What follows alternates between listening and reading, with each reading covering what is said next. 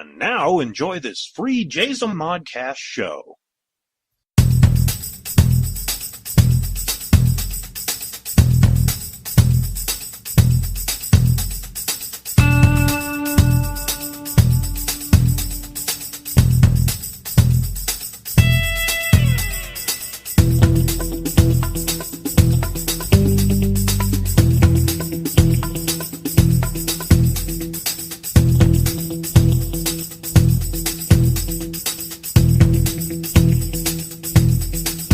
Grindhous Sleaze. And welcome to the Grindhouse Sleaze podcast. I'm David K. Montoya. I'm Alan Russo. That's right, kids. It has been 2 years since Al and I have sat down. Well, shit, we talk all the time, but we haven't podcasted in almost 2 years. Yeah, it's been about that. Yeah, I guess it's been about that long. I'm going to look at the screen. We're actually doing a video chat. But there's like a half a second delay, so when you talk, it's kind of throwing me off. I'm like, So yeah, you gotta hate those delays.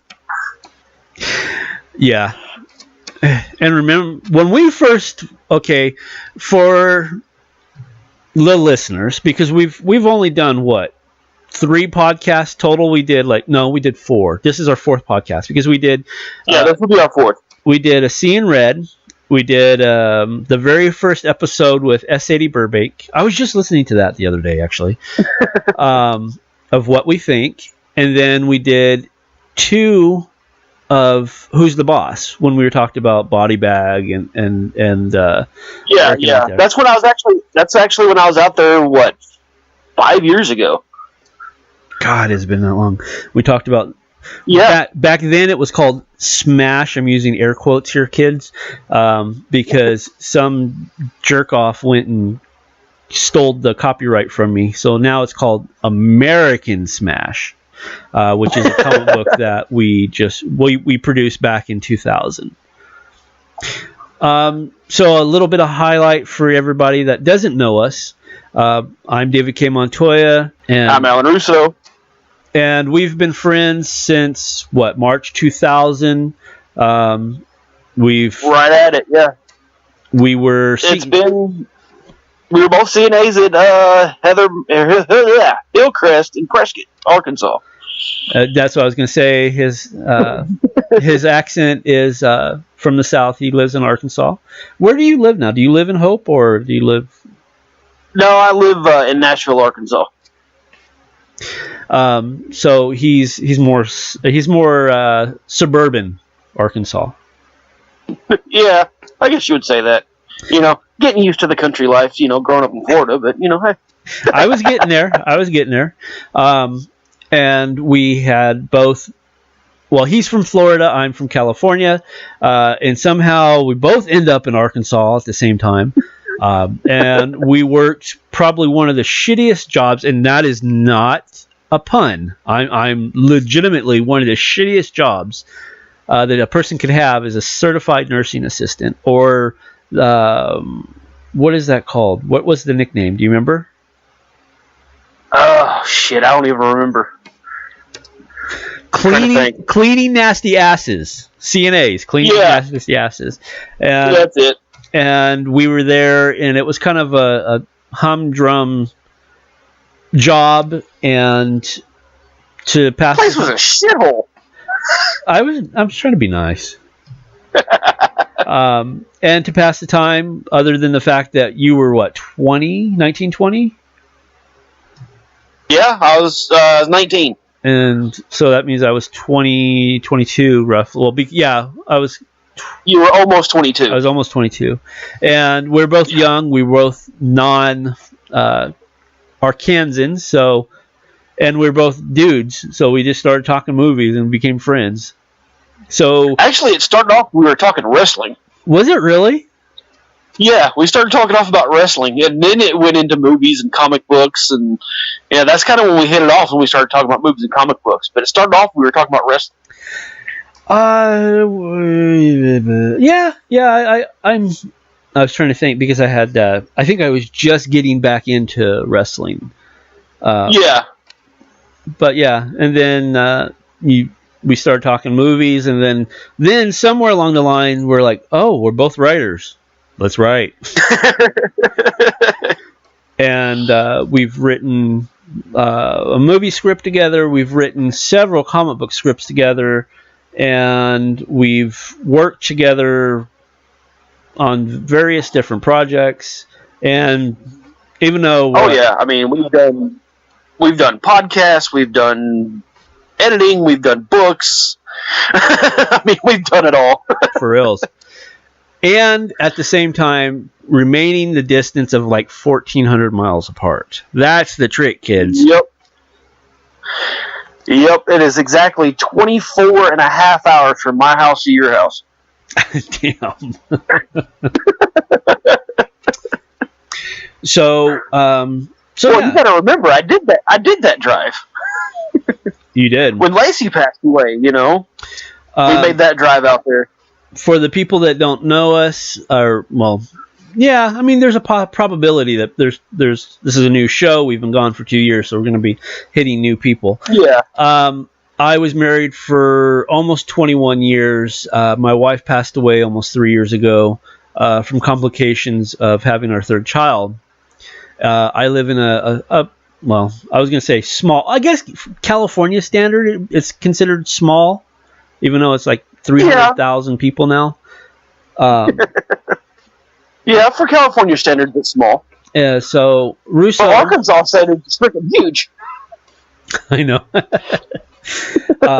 But Russo and his wife Veronica, they trek from Arkansas all the way to California when they found out the bad news, and came and visited us. I say me and my three kids, us. And he knows for a fact it takes 24 and a half hours from where he lives to where I live. Before we get into the show, since we're like already almost 10 minutes into it, what happened to your head? I noticed you got a... Oh, shit, I don't even know. It's wearing a hat all the time at work, so... Gotcha. Just sweating. Yeah. Yep. I wear a hat now too because my hair is getting thinner and thinner. I refuse Mine to is shave. too, so I don't feel bad. I refuse to shave, even if it's Jesse Ventura style, where he literally has like the U in the back of his head with a little ponytail. Yeah. I will rock that bitch. I don't care. I'm not shaving. I don't think you would look good in a comb over, so, Yeah. All right, kids. So what we do is we decided that every week we're going to watch a movie. I set up a specific Amazon Prime for Russo and I to watch. We'll decide on what kind of Grindhouse movie we want to watch, and then we'll talk about it. Though we were going to talk about Phantasm because we both have Phantasm. Russo got to see Tusk, right? Tusk? Yeah, Tusk for the first time. I've been meaning to watch it. It's just, with work and everything like that, it's hard to watch. So it was on Netflix, and I said, why the hell not? Did you watch Yoga Hosers too? Or no? No, I didn't get a chance to watch Yoga Hosers. Homework. Well, let's call it homework. Yeah. The interesting thing is, if anybody knows me, knows that I'm a huge Kevin Smith fan. And while that is on my bucket list of people to meet, which fortunately, out of the Trinity, and the Trinity is Stan Lee, Chris Claremont, and Kevin Smith. I've met Chris Claremont and Stan Lee. Kevin Smith is the only one who's eluded me. And well, that's because we were both afraid to knock on his front door. Yeah. We'll get there. I'm getting there. But he's my favorite podcaster, my favorite director, and Russo. And a lot of people don't realize this or even know this that know me personally. Russo is the direct reason why I like Kevin Smith. I didn't know who Kevin Smith was until I met Alan Russo. Well, I've got good taste in movies. What do you expect? I've got good taste in directors. It was okay. We were watching Scream, and they're standing in line, and we were watching. No, get it right. We were watching Scream 2. Okay, Scream 2, and Jason Mewes looks at Courtney Cox and goes, "Hey, it's Connie fucking Chung," and then she's like, "Fuck you," and flips him off. And Russo's dying. He's like, "I love Jane Silent Bob." I'm like, "Who's Jane Silent Bob?" Yeah. And he's like, "Oh, dude, I don't know if we can be friends now." So, what was it? What was the movie that you had, the Kevin Smith movie? I don't remember. I don't think it was Clerks. I think it was it Mallrats? No. I think it was Mallrats. Because Jay and Silent Bob Strike Back hadn't come out yet. Because we went and saw that together, too. Yeah. And, so it was either Mallrats or Dogma. I don't remember which. Which are both great movies to start, Oh, yeah. If you're going to start with Kevin Smith, you've got to start with either Mallrats, Dogma, Clerks if you're feeling nostalgic. Yeah. But, those two especially. But now, if you want to get into his later movies, I would say Clerks 2 or Jay and Silent Bob Strike Back. Those are good introductory movies. But, truthfully, if you're going to get into... Chasing Amy was pretty good for the day. Yeah. It's kind of dated now, but yeah. It is. It's really dated going back and watching it. Well, so is Mallrats when you go back and watch it. Think about it. Nobody really goes to the mall anymore. That's true. That's very true. Everybody does their shopping online, so why go to the mall? So, but at the time, you're talking late 90s, early 2000s, you couldn't go wrong with Mallrats or Dogma. Did you know, and we'll go back to Tusk, because that's what we're going to talk about today. Yeah. But did you know that he's shooting this year because everybody's doing reboots? Yeah, he's doing the reboot for Jay and Silent Bob Strike Back. Yeah. And I'm like, that's going to be classic. Yep. And he's also, from what I've heard, I don't know if it's true or not, he's also in the works of doing Clerks 3. I'm friends with Marilyn Gigliotti, Veronica, and she said that the guy who plays Randall, I can't think of his real name. Yeah. I can't think of his real name either. Jeff Anderson. Yeah. He doesn't want to do it. And without him, they can't do 3. So he's holding up production. Everybody else is ready. I even heard Batfleck was in, and but for some reason he doesn't want to do it, which is kind of weird because right now it's like Clerks is at its apex in popularity. So so you're gonna get a shit ton of money. Right now they just released Clerks, the original Clerks on Netflix. Like, not even 2 weeks ago. They released Tusk. Yoga Hosers have been out for a while. But, you look up Kevin Smith, and, there's a few out there just on Netflix. Right. And a lot of them were just released. And, now's the time. If you're going to do it, now's the time. Because everybody's getting into Kevin Smith. Yeah. There's a lot of people that, even our age, that didn't know who Kevin Smith was until 5 years ago. It's the whole, and I'm not going to go on a tirade because this isn't the place to do it, but there's the poser nerds, which really annoy the shit out of me. There's this one guy, he was showing off, and this is not a joke, he was showing off his new Marvel tattoo, and it says Marvel, right? And inside of it it had Captain America, Black Widow, Batman, Superman, and Iron Man. What the crap? And it's a tattoo, and it said Marvel. I'm like, you're a fucking poser. If there's a poser to be a poser, you're a fucking poser. Exactly, because, I mean, everybody knows that Batman and Superman do not belong to Marvel. That's like their marquee in DC. But yeah. Exactly. And, I mean, it looks great. Oops, I forgot to turn off my notifications. Sorry about that. You probably didn't hear the ding, but the listeners did. No.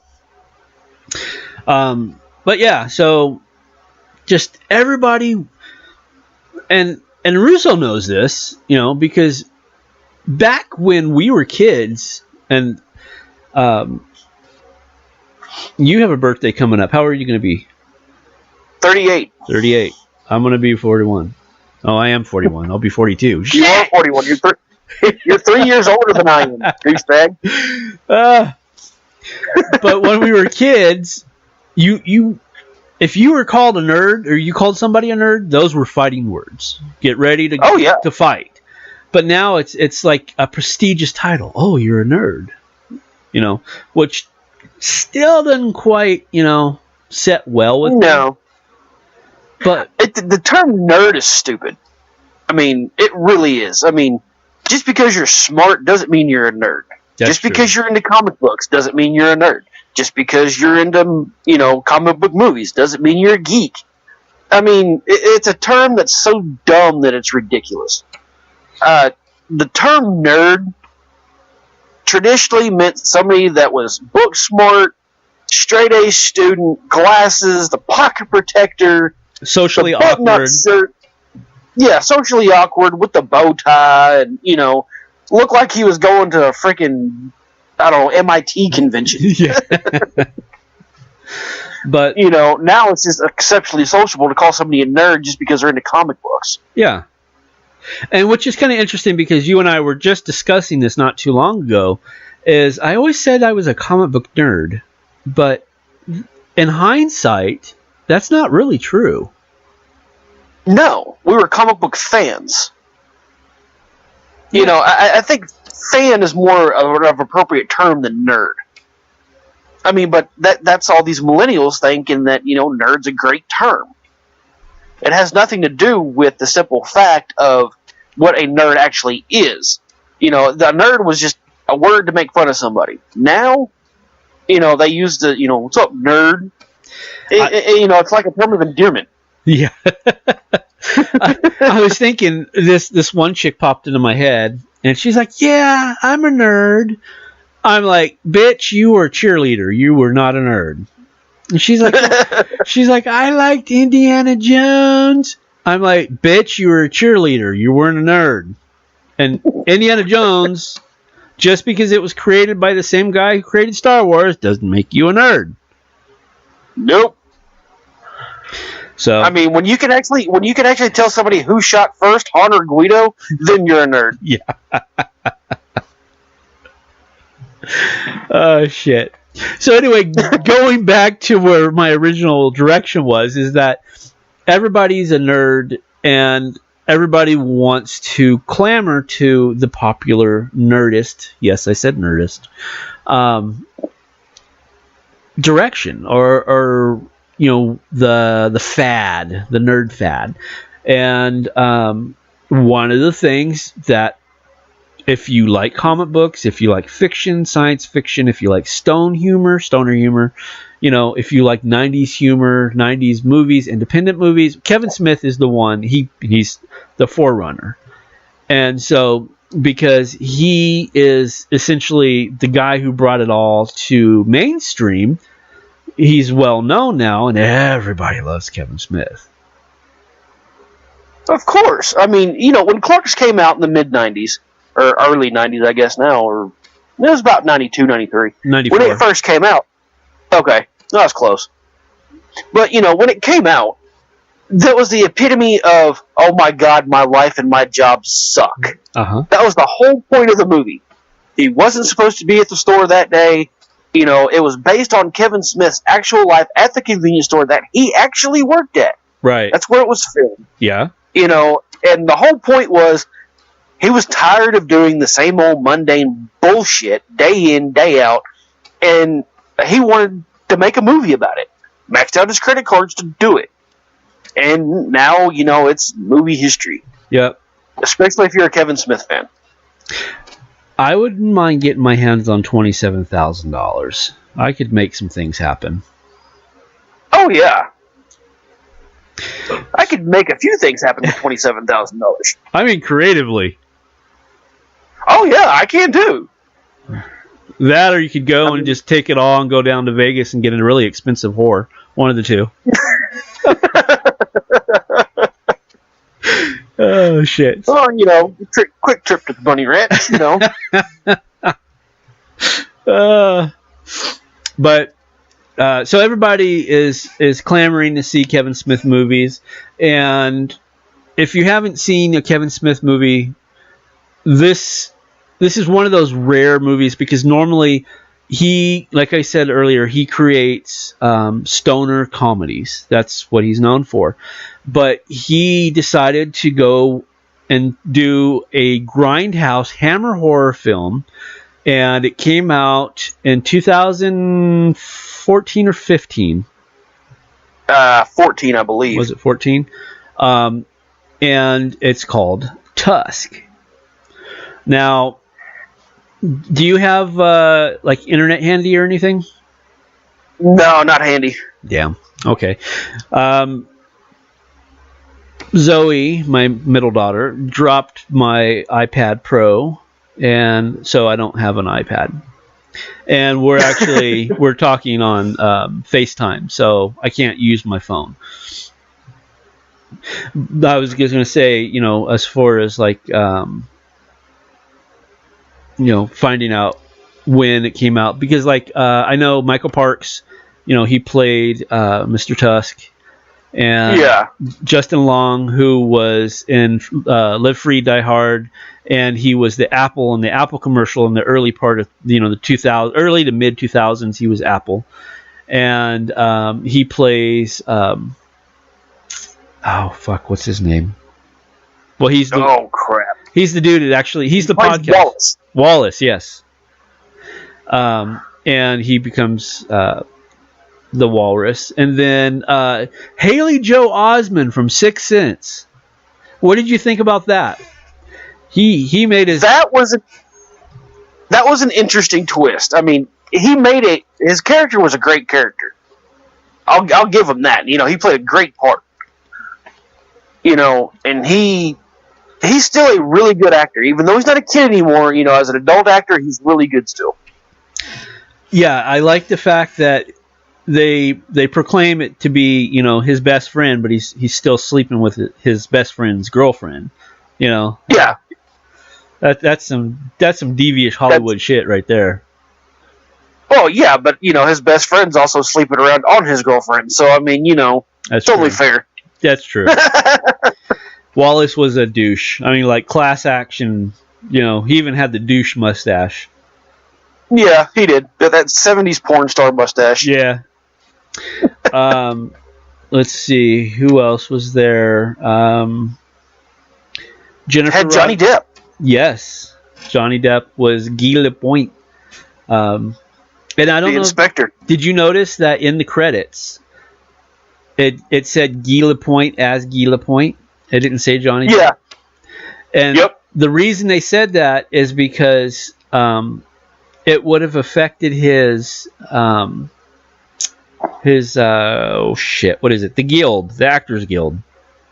Right. It would have affected his status, because I guess he did it for free. So he literally, since he didn't get no credit for it, it never happened, and it didn't affect his acting status. Who cares? He's a great actor regardless. He did a really good job. I enjoyed it thoroughly. He really did. I mean, no, yeah, you could tell it was Johnny Depp, but at the same time, it's like, you could tell he's trying to get in that comedic type stage, not his normal self, I guess. He was more like a Jack Sparrow type goofy character versus the normal stuff that he plays. Right. Yeah, when he was trying to do that dramatic delivery while they were at the Geely Glider fast food restaurant, and he's like squishing his hamburgers and shit. And I'm just like, yeah, you can't deliver a serious line like that doing something stupid like that. It was just, it was fun. Oh yeah, it was. And I mean, his daughter was in the movie too. And that's where Yoga Hosers comes in, because the Colleens, and both of them's name were Colleen in in Tusk. He made an entire movie based on them, and it follows like 5 years after Tusk or something like that. Yeah, I mean, it was, like I said, I haven't seen Yoga Hosers yet, but I mean, when you got Kevin Smith's daughter, Johnny Depp's daughter, I mean, come on. You can tell he likes using family and friends. Yes. You can. I mean, that's true. I mean, even his wife was the waitress at the Slider place. Yes. What did you think about the Nazi party? That was interesting. That was an interesting twist on, because I mean, it threw everybody off. Right. And I think that's what was kind of interesting about it, because when you actually look at like the Haley Joel Osment sleeping with Justin Long's girlfriend, he's not seeing this either. That's true, yeah.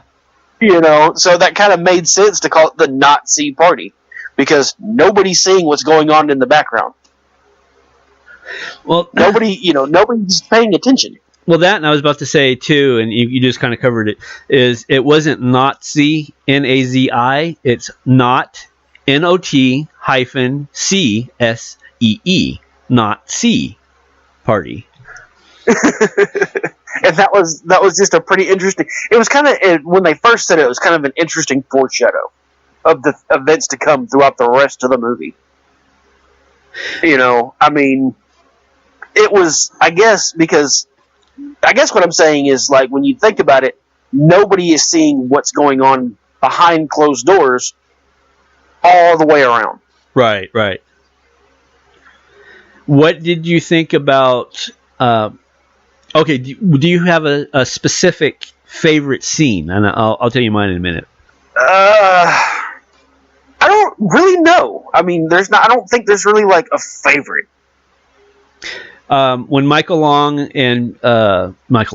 Parks and Justin Long, they're sitting at the dinner table, and he loses his leg, and he's sitting in a wheelchair, and Justin Long's asking about the spider, and he keeps asking Michael Parks, and Michael Parks with a kind of a stupid look. He goes, "You mean the arachnoid assailant?"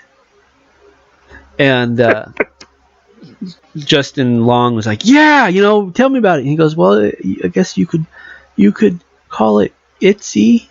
And then he goes, "Itsy bitsy." That, oh my God, that was so creepy. That was my favorite part in the whole movie. That actually was pretty creepy. I mean, and the fact that out of any spider in the world that they could have used, he said a brown recluse. Yeah. And that should have tipped off Justin Long from the get-go, because brown recluses are only in the southern U.S. We know They're not even in... Yeah, I mean, they have to have a warm climate. You can't find them in, like, New Jersey and New York and up there, because it's too cold. Right. So that should have been his tip-off that something's not right here. So what I think when he did the itsy bitsy spider bit, I think that's when he realized that something was not right. Well, yeah, because then he started screaming. He's like, "Help!" And then Michael Parks, that was creepy too. Yep. That was I enjoyed it. I really did. In my opinion, I think they should have, like, and I guess this is just from creative way of thinking, that the transition from Justin Long to Mr. Tusk should have been expanded just a little bit, because I mean, you kind of know what's going to happen, but I mean, dead center of the movie, it's when the first time you see him as Mr. Tusk. And that shit was disturbing. It really was. But, I mean, the thing was, in my opinion, they should have, extended it a little bit longer, maybe another 10 or 15 minutes. Because you still had 45 minutes left of the movie when you realize what happens to him. And there's a couple things that kind of late, they fall flat. Just because you have so much room, in that last 45 minutes, that some of that stuff falls completely flat. And, okay, I guess certain scenes, when Mr. Tusk and Mr. Tusk and Alan Parsons are, doing their thing, he's trying to get him to fight and trying to get him to swim and all that. Some of that just falls flat because once you realize that's what's going on, it's kind of like, well, crap, that's not even, there's no scare tactic to it. You're like, there's no point. Now what's he going to do to him? Yeah, it's like, now what is he going to do to him? And I think that's what it is like, you get to that point where it's like, okay, now that we know he's Mr. Tusk, now it's just kind of like, now what's he going to do? That tactic falls flat. I do agree with you. I think that he showed his cards too early. I do agree with you. Yeah. Yeah, because you made a good point with the trying to get him to swim and get him to eat the fish and all that. That really wasn't. I mean, that was kind of chaffa. Yeah. And I mean, now if you could have extended it, a little bit more with the time frame of when he turns him into Mr. Tusk, I think it would have been better. Instead of just 1 minute he's got no leg, he's sitting there talking to him. Next minute he's Mr. Tusk. Yeah, it would have been more dramatic if every day he was waking up with a missing limb. Right. Or an extension that's not supposed to be there or something. Kind of give the fans oh crap, what's he doing to him? Instead of okay, now he's not got a leg. You spend about 5 minutes in the operating room kind of thing, and then boom, now he's Mr. Tusk. It's like, okay, you just ruined, the climax, I guess. Yeah. Because you put your climax in the dead center of the movie instead of building up to a better climax. Yeah, because I actually wanted what was Wallace was the guy, Justin Long. Haley Joel Osment's character, I can't think of it. Crap, I can't think of it either. Hold on real fast here. It just so happens I have Tusk right here. Let's see. See if it says. Let's see. From writer-director Kevin Smith comes a wacky, funny modern-day monster movie that will hold you in terror as it keeps you in stitches. A podcaster, Justin Long, looks for a juicy story as he plunges into the blood-curdling nightmare after he travels to the backwoods of Canada and meets an eccentric recluse, Michael Parks. It doesn't say. Well, that's kind of sad. But anyway, I was hoping that Haley Joel Osment would shoot Wallace at the end because he had the shotgun. When they busted in. That was Johnny Depp to have a shotgun. Was it? Okay. Yes. It's been a while since I watched it. I think, to me, it would have been more humane to kill him than to make him live as a walrus. Right. Well, I think what it was is they were hoping that he would get his humanity back. Yeah. But the thing was, it's like he lost it too quick, in my opinion. It was like once he became Mr. Tusk, it was like he couldn't speak anymore, and it's like, okay, that just kind of ruins that a little bit. Right. So that disconnect. You know, yeah. So yeah, I mean, there's a few things that could have changed. I mean, it was a good movie overall, but there's a few minor things that could have been changed. What would you have done differently? I probably, instead of extending the ending, I probably would have, just shot him and been done with it. I would have, done that at least, because I mean that's what it looked like it was pointing to, and then it says 1 year later. Yeah, and it's like, well, crap. I mean, and I would have extended him becoming, Justin Long's character Wallace becoming Mr. Tusk. I mean, but you kind of have that foreshadow because his name's Wallace, right? Yeah, so it's kind of like you get that foreshadow right from the beginning. The only thing that I personally would have wanted would have been more of a backstory. I don't know why, but I just felt like I needed more of a backstory. It was just, I don't know, it was too brisk. Yeah.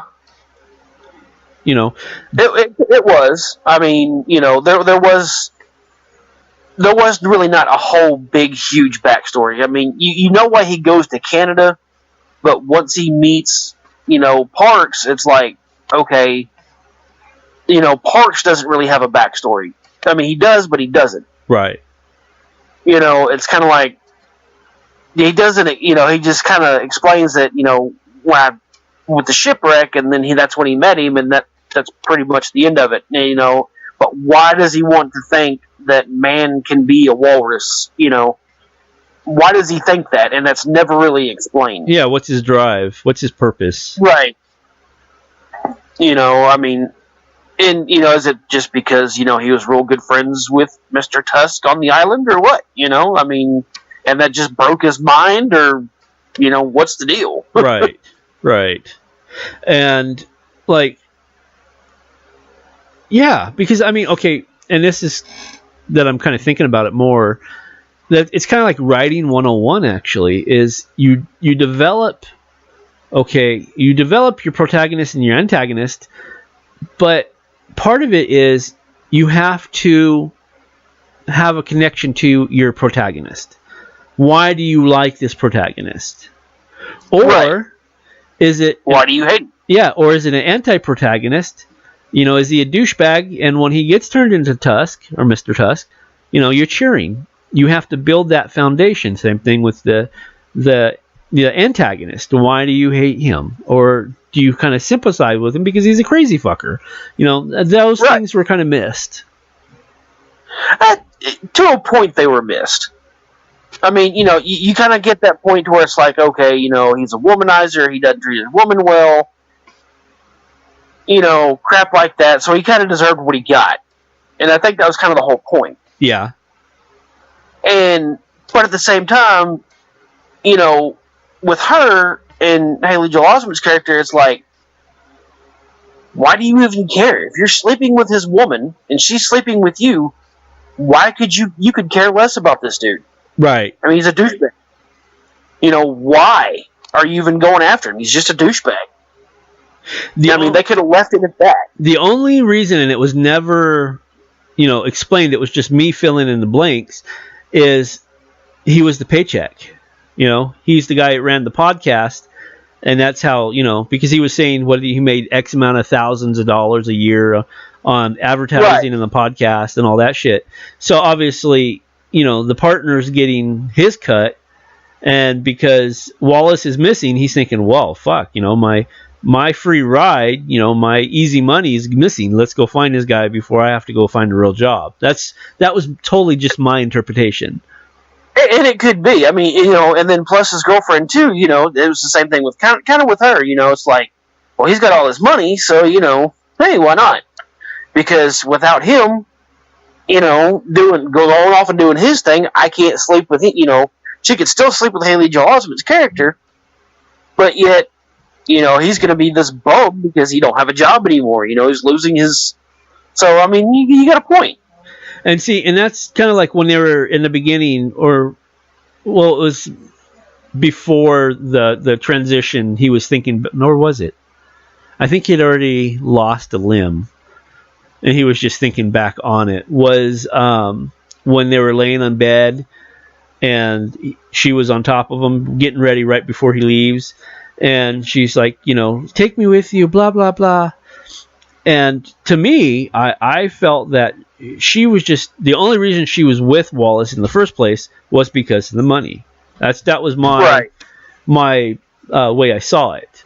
But you got to think too, it was more too that, as if you watch his reflections and stuff like that, he kept saying that every time you go with me, so and so gets all weirded out, blah blah blah.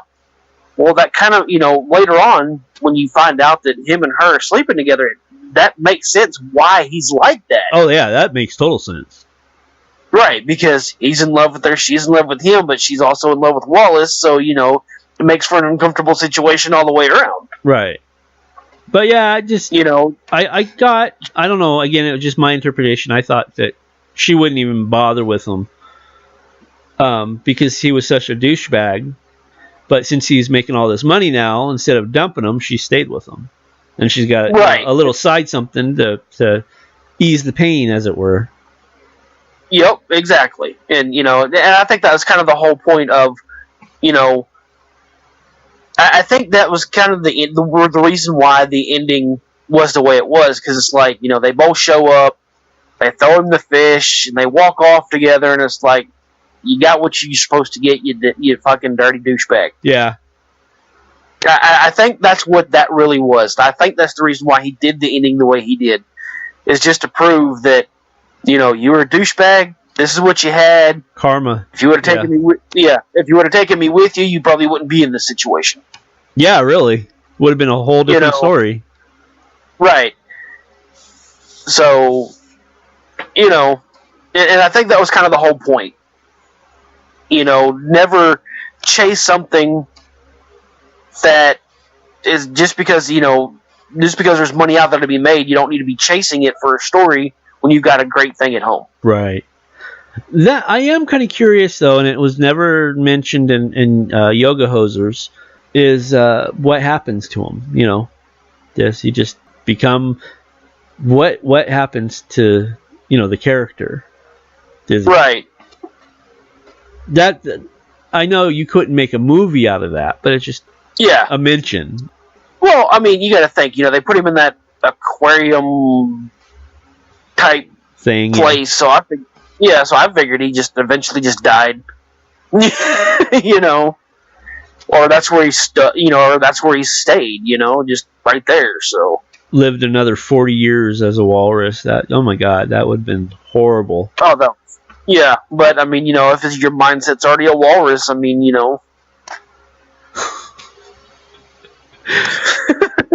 He must have been smoking some good weed, man. Yeah, no kidding. I mean, but you never know what was in the fish either. True. The fish could have been laced. You never know. Yeah. But yeah, I mean, all in all, I enjoyed it. I went and saw it the opening night. I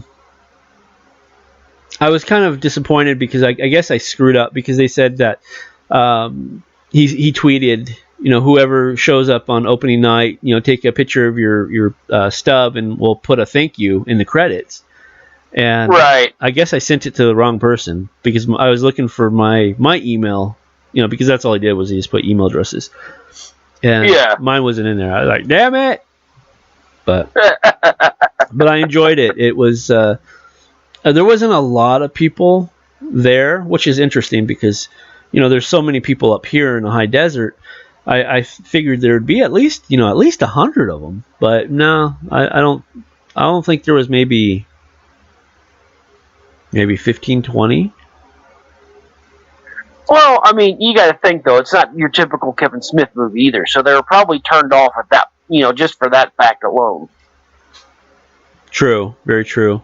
Yeah, because I mean, there were some funny bits to it, but it was not, like I was just reading. They said it was a kind of a wacky horror film. No, it wasn't wacky. It was pretty serious. I mean, in the beginning, yes, the characters were funny because they were doing a podcast and that was their objective. But then, after he takes off and he goes to Canada, and then the Kill Bill kid cuts his leg off and he kills himself, and then, at that point, the whole mood of the movie changes. Well, I mean, there is some wacky, some, like, funny parts to it, and stuff that's like, really, you put that in there? It's supposed to be like a comedic effect, but it didn't come off that way. I mean, it's like Red State. Red State was a really good Kevin Smith movie. Yes. And that one, I mean, it wasn't what I expected. I mean, because it had that, let's go back to Waco type feel, back in the 90s, and it became a really good movie. So, I mean, it's like you can go all the way back to like Jersey Girl. That wasn't your typical Kevin Smith movie either. And I actually like that movie. I did too. So, I mean, Cop Out kind of was, kind of wasn't, but when you got the big bill like Bruce Willis, I mean, come on. Well, that and. I mean, it felt like a Kevin Smith movie. I mean, we know that it wasn't his script because he had talked about, that was the first time he directed somebody else's script. But it felt like his movie. Right. It really did. I mean, but, it was just that kind of, you can tell he didn't write the script because there wasn't, certain type of anecdotes and jokes that he normally throws in his movies. Right. Yeah. I mean, somewhere in a Kevin Smith script, you're going to hear a fart joke or some kind of sex joke or something. Somewhere along the way. Yes.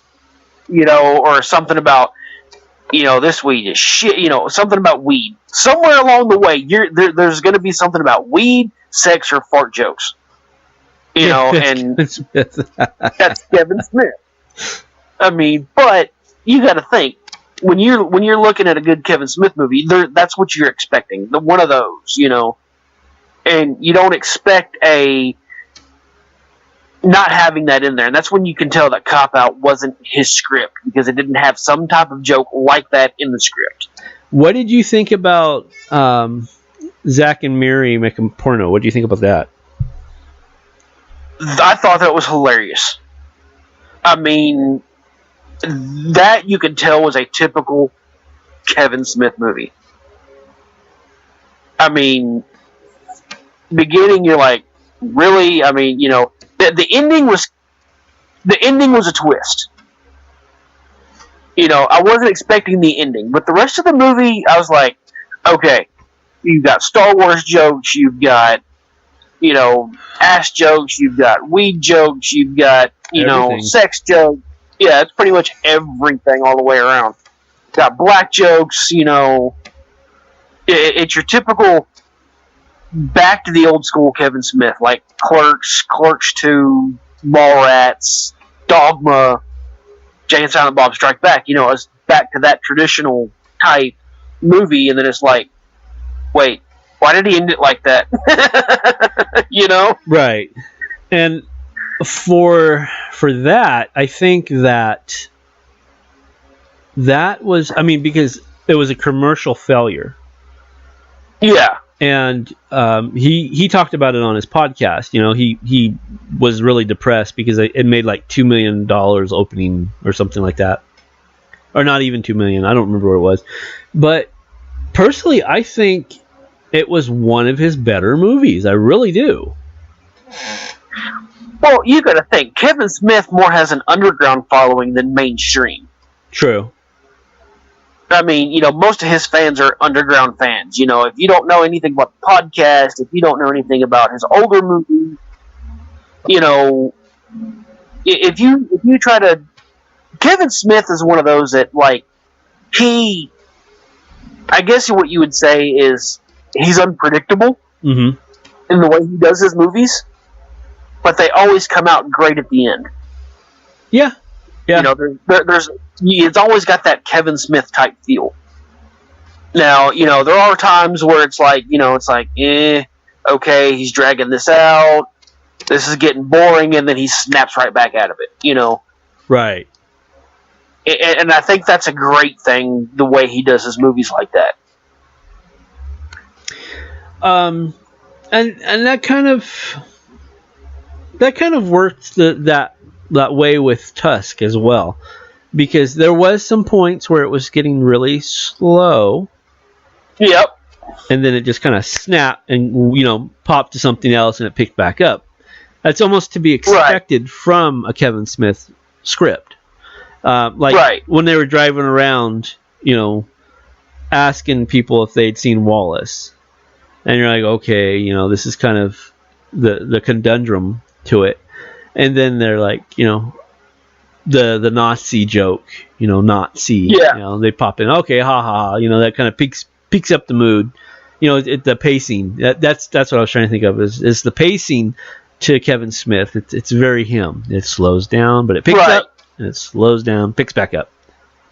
Right, and then you get into the convenience store, and oh, you mean Mr. Mustache? Yeah, that topped it off. I mean, and then it flashes back to them talking to him, and them making fun of him about the mustache with the combs and all that, and that was hilarious.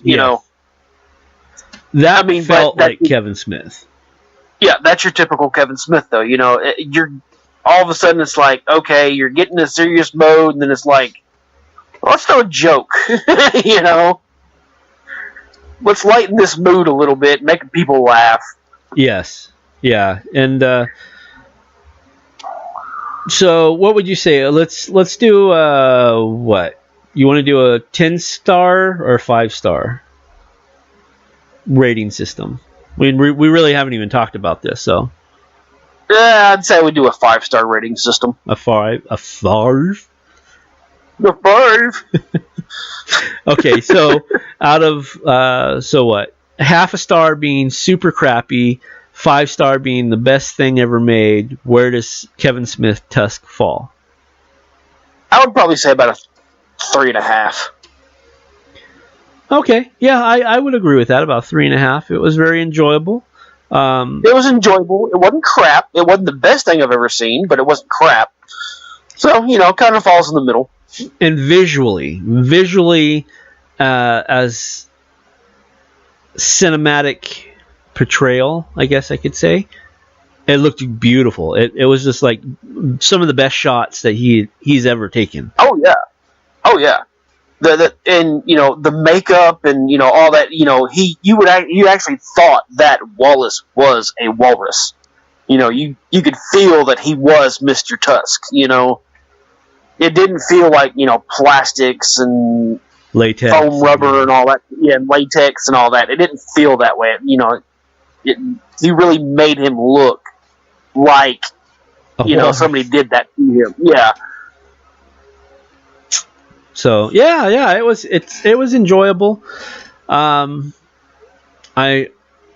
curious to see what you think about when you review Yoga Hosers. I don't know if we're going to cover that next time, but if not, we always have our go-to Phantasm. Yep.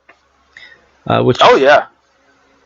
And then also I want to put out there, I'm opening up a email.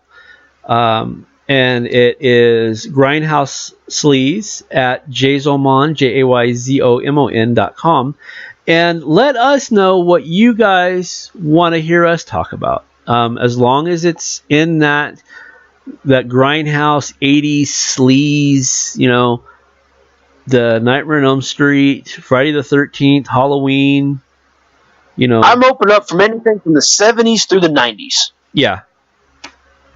But it can't be. I don't see mainstream as Grindhouse and Sleaze. It's more of that B movie type stuff. Like I don't know, Full Moon Entertainment. Yeah.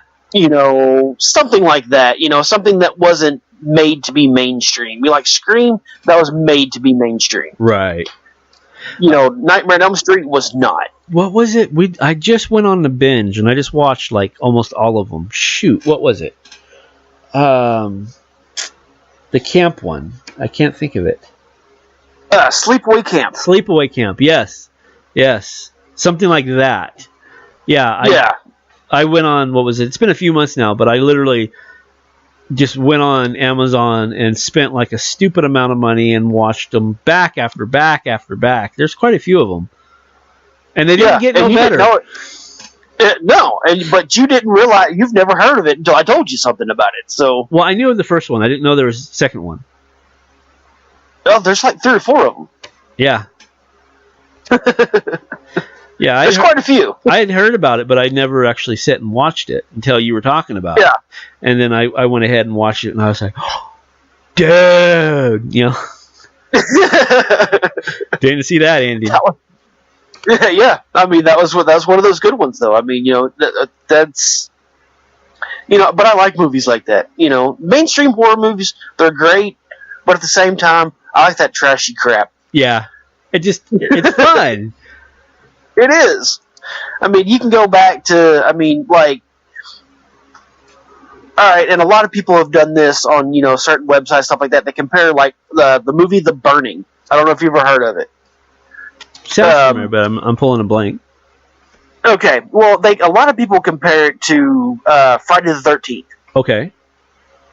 And it kind of is, and it's kind of not. It's kind of like a cross between Friday the 13th and like Sleepaway Camp. Okay.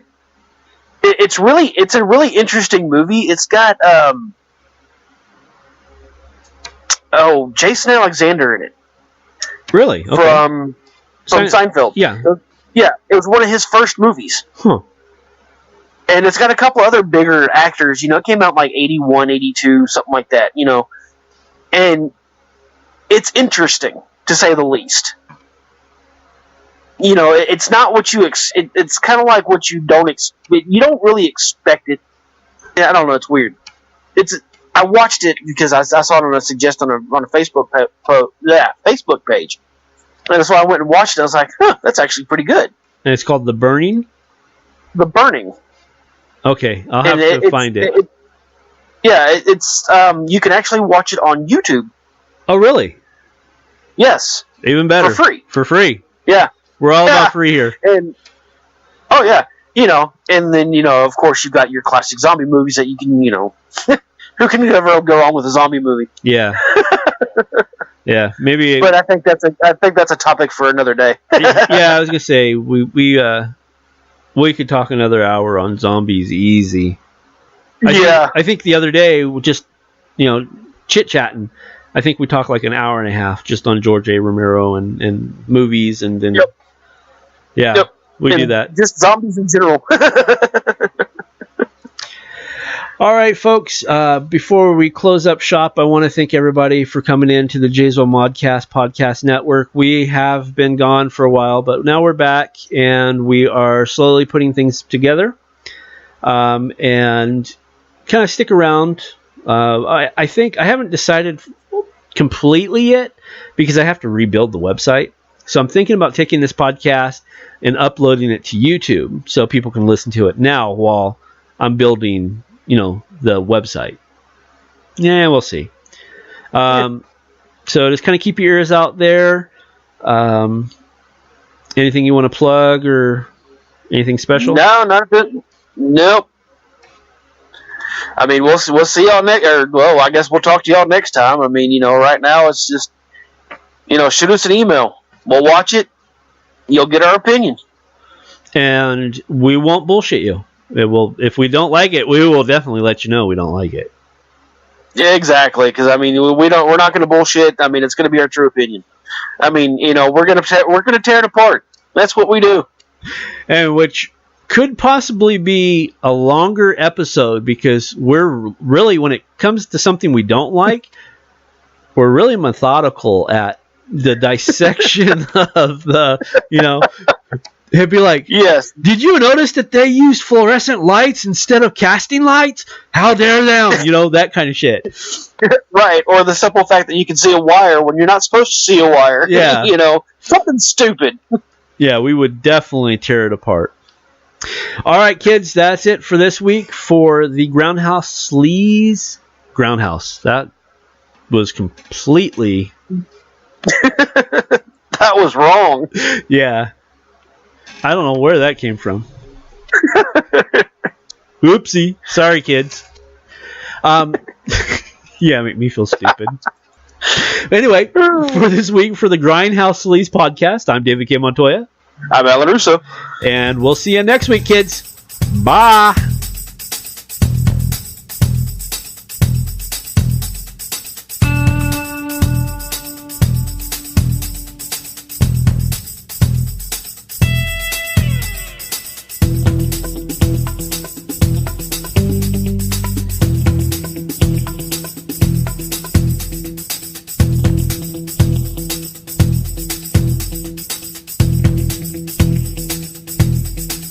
Grindhouse Sleaze.